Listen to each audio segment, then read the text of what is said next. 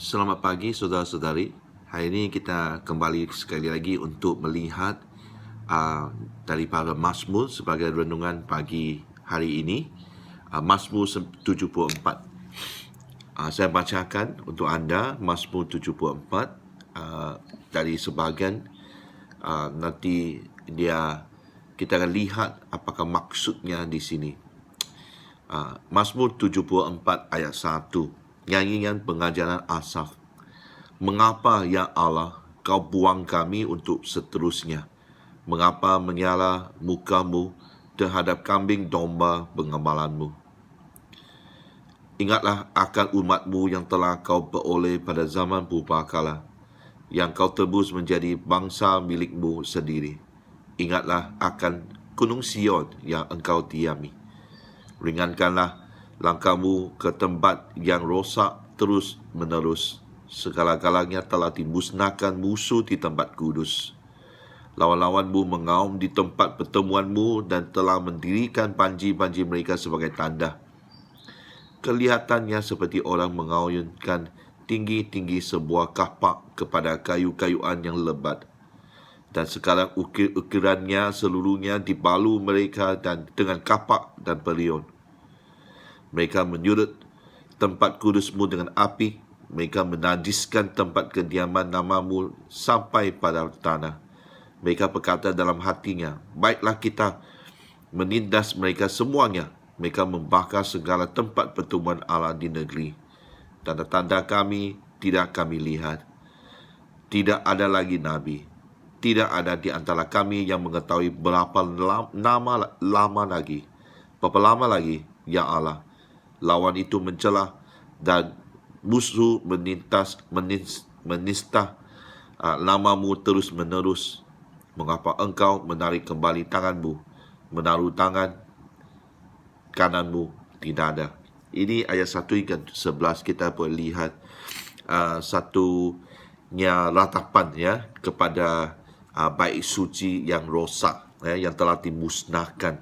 Kita boleh lihat di sini seolah-olah Mazmur ini telah merasakan bahawa Allah telah meninggalkan mereka.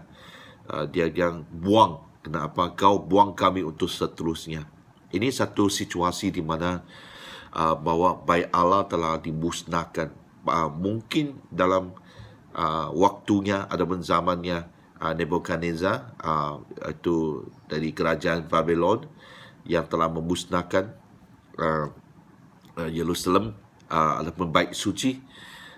Sebenarnya banyak kali bait suci telah banyak orang cuba untuk memusnahkannya. Memang itu kalau tempat kudus telah dimusnahkan, itu isunya negara bagi bangsa Israel. Jadi ini doa seperti doa kepada bangsa, berdoa untuk negara. Sebab waktunya kalau bait suci sudah hilang, hilanglah. Sebab mereka rasa kalau bait suci telah hilang, Allah pun sudah hilang begitu.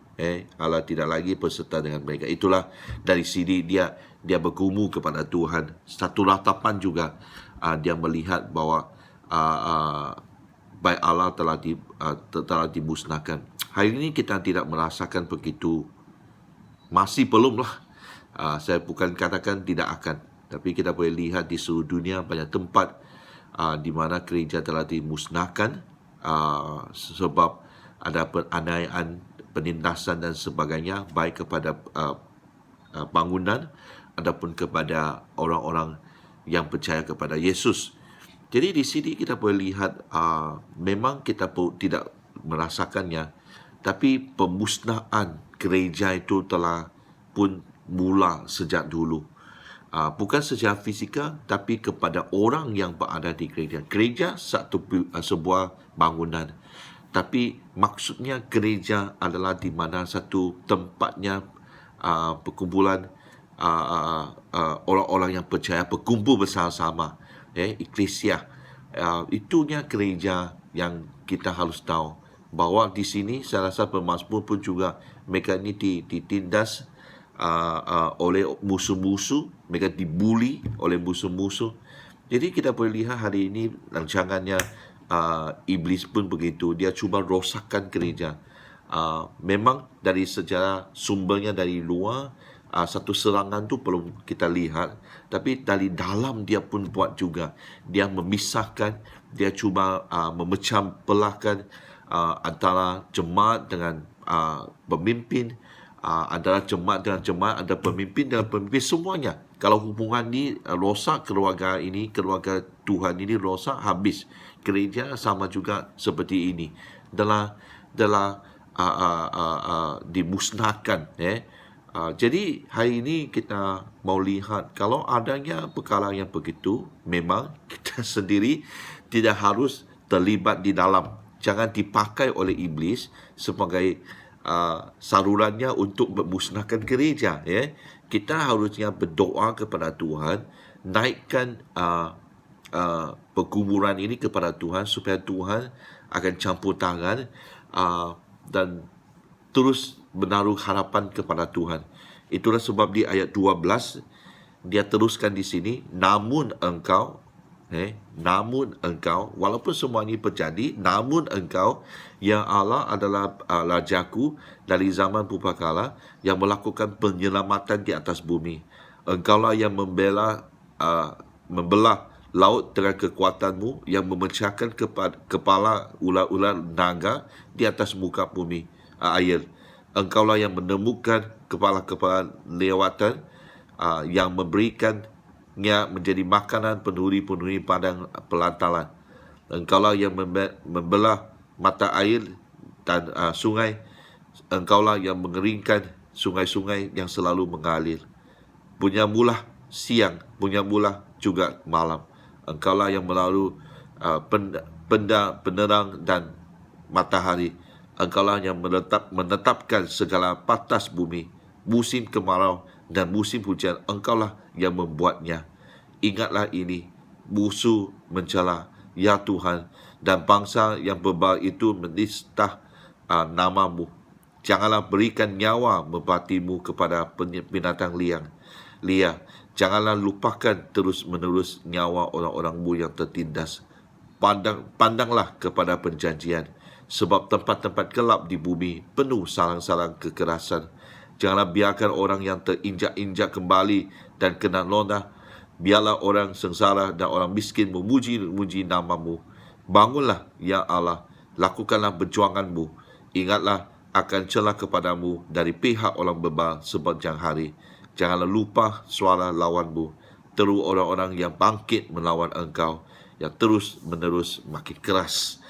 Kita boleh lihat dari sini ayat 12 tu dia ubah dan mengatakan satu cerita tentang apa yang telah Tuhan pernah lakukan terhadap hidupnya mereka. Jadi ayat 12 hingga 17 itu adalah satu imbasan, peringatan sejak dulu tentang apa yang telah Tuhan lakukan di masa yang dulu. Jadi dari sana dia terus mengatakan harapannya ataupun keyakinannya berdasarkan apa yang telah Allah lakukan. Dia harapannya adalah Allah akan terus melakukannya kembali ke atas pergumulannya. Jadi kita boleh lihat di sini, kalau semalam kemarin tentang Mazmur 73, pemazmur itu dia lihat kejahatan orang-orang fasik, berbual itu dia rasa kurang adil, tapi dia berdoa kepada Tuhan, biar Tuhan yang bertindak. Jadi hari ini sama juga kita lihat di Mazmur 74, itu tentang negara. Waktunya ada pemusnahan begitu terhadap gereja. Apa yang kita harus lakukan adalah kita berdoa kepada Tuhan bahawa Tuhan yang pernah bekerja dan terus percaya bahawa Tuhan akan bekerja lagi atas pergumulan ini. Harapannya adalah Tuhan akan dengar doa ini dan membebaskan kita daripada segala kesengsaraan itu, Jadi ini memberikan satu gambaran kepada kita semua apa yang kita percayakan. Hari ini kita lihat gereja di dunia ataupun di sini pun juga kita makin melihat ada sesuatu yang mulai bangkit dari caranya di mana ukutan serangan baik dari luar ataupun di dalam, dia cuba mengacau ataupun cuba merosakkan gerejanya Tuhan. Bagi pemazmur ni baik suci. Hari ini gereja, adakah itu secara fizikal? Saya percaya adalah tentang orang yang percaya di dalam, orang yang percaya kepada Yesus, ya. Jadi itunya.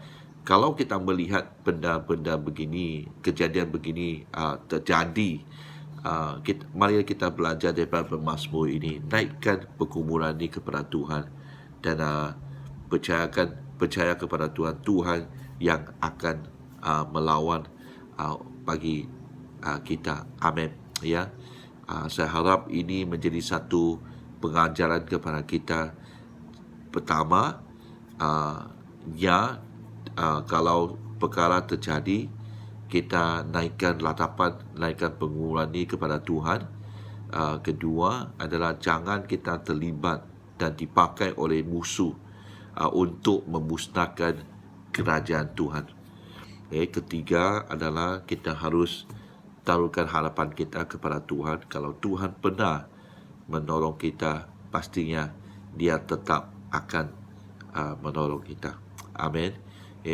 Belajarlah seperti Asaf. Kita akan lihat semakin banyak cara-caranya.